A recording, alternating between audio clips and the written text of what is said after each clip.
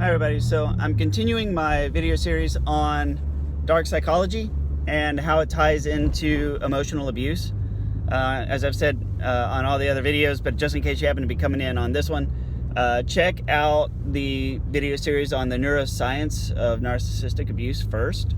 Or is it emotional abuse? Something. I've got a neuroscience playlist you need to check out because you're going to get a lot more out of this series if you know the science that belies all of this. Dark psychology is sort of a misrepresentation of seduction and of pickup arts. These are legitimate, scientifically backed psychological things that work to build attraction. And when used properly, they do exactly that. They build your attraction, and they're a relationship builder, a relationship booster. And when wielded unethically, they can easily lead to abuse. And we see that with emotional abusers, with narcissistic abuse. There is a hijacking of a lot of things. There's a hijacking of neuroscience. There's a hijacking of seduction and love, and it's misused to allow the perpetration of abuse. And so dark psychology is sort of a dog whistle for all of these terms. And I don't want to I don't want to piss off people that subscribe to dark psychology, because, as I said before, it can be used two ways. It can be used for good, for a relationship booster, or for flirting, or to be a better date. But it can definitely go overboard. So one of the next tenet of dark psychology I want to talk about is insinuation, and mastering insinuation. When you insinuate something, you're basically saying something without actually saying it, right? So you're sort of planting the seed in somebody's mind. This is why, and this opens the door. This is how gaslighting effectively works. By gaslighting, you can insinuate something, and when your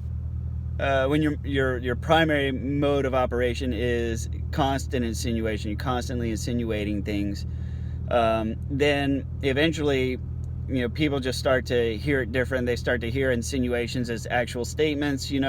So if you over insinuate things, then it opens up the door for gaslighting later, when you're like, no, I never said that. That's not what I said. What I said was, blank. And I've given examples of this before, where you're in the break room, and your abuser's talking about Susan, the hot single girl that you swear wants to bang you.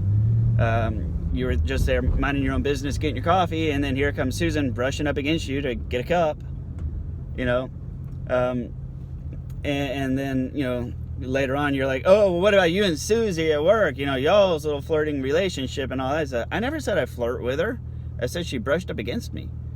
So that is one of the big ways that you open the door for gaslighting, is by constant insinuation, by insinuating things without actually declaring them.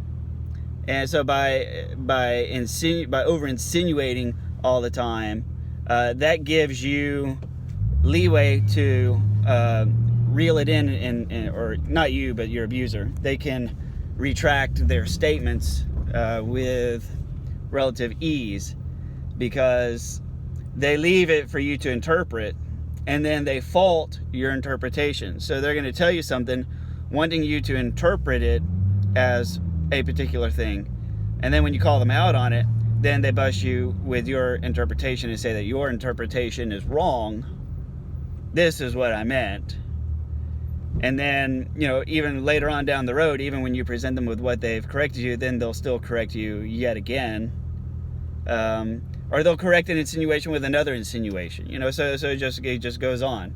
And you have no frame of reference with somebody like this, because with everything, they can't just say okay. I've got a family member actually who's like this. She is, she's in declining mental health, and Alzheimer's runs in my family. So, we tried to bring her to my house and let her stay with us, and she kept saying, we tell her, you're in this for the long haul, like you cannot be left alone, or the state of Texas is going to take custody of you, and then we can't do anything, and then you'll be a ward of the state, and like that's not good. The family's going to get a lawsuit, etc. She kept saying, I absolutely need to go back home. I need to go home for this. And it's like, you can't.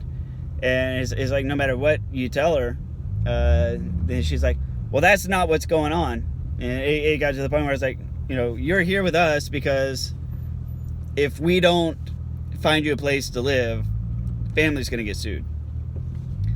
And she goes, no, what it really is you're wanting to use my income and steal my money. No, we don't want to get sued. Well, no, what you're doing is you're pulling this wool over my eyes, blah, blah, blah. It's like, no. Literally, we just don't want a lawsuit for leaving you alone. Well, no, that's just what, you're just saying that, and it's just like, okay. Somebody that, it doesn't matter what you say, or what they say, the reality can be changed at any point in time in their mind. So, insinuation can go two ways, right? They can make insinuating statements, and then the opposite is true. They can infer insinuations based on your factual statements, right? So you can literally, I'm saying, I don't want to get sued, and that's being interpreted like I'm insinuating something else, like there's some sort of ulterior motive. Like, no, honestly, I really have better ideas on how to populate my own home that do not include other relatives, I mean, I don't need other relatives living with me. So, but yeah, to sum it up, mastering insinuation is something that, like I said before, it's good for flirting. It's meant for flirting, where you can insinuate like a sexual desire or sexual urge, or you can insinuate that something good is coming up. Like, you can say something like, you know what? Like, we haven't been to a good restaurant in a very long time. Yeah? Just saying. You're insinuating that you're gonna go out on a nice date soon, is what that insinuates. So then later on, you might get the question, so what are we doing this weekend? I don't know, why? What, do you have any ideas? No, just curious. Asking about that restaurant, They don't want to ask it, They want to say, I thought you were going to take me someplace nice, right? But it was insinuated. So, like I said before, insinuation's a good thing. It can be used to be playful with a partner or a spouse, to build some tension, build some attraction. It can be absolutely misused whenever you use insinuation as a means for gaslighting. And it's like I said in the beginning of the video, gaslighting, you say something and you lead somebody to have one understanding of something, and then later on down the road, you completely rip that understanding out from under their feet and turn head on heels and turn the world upside down.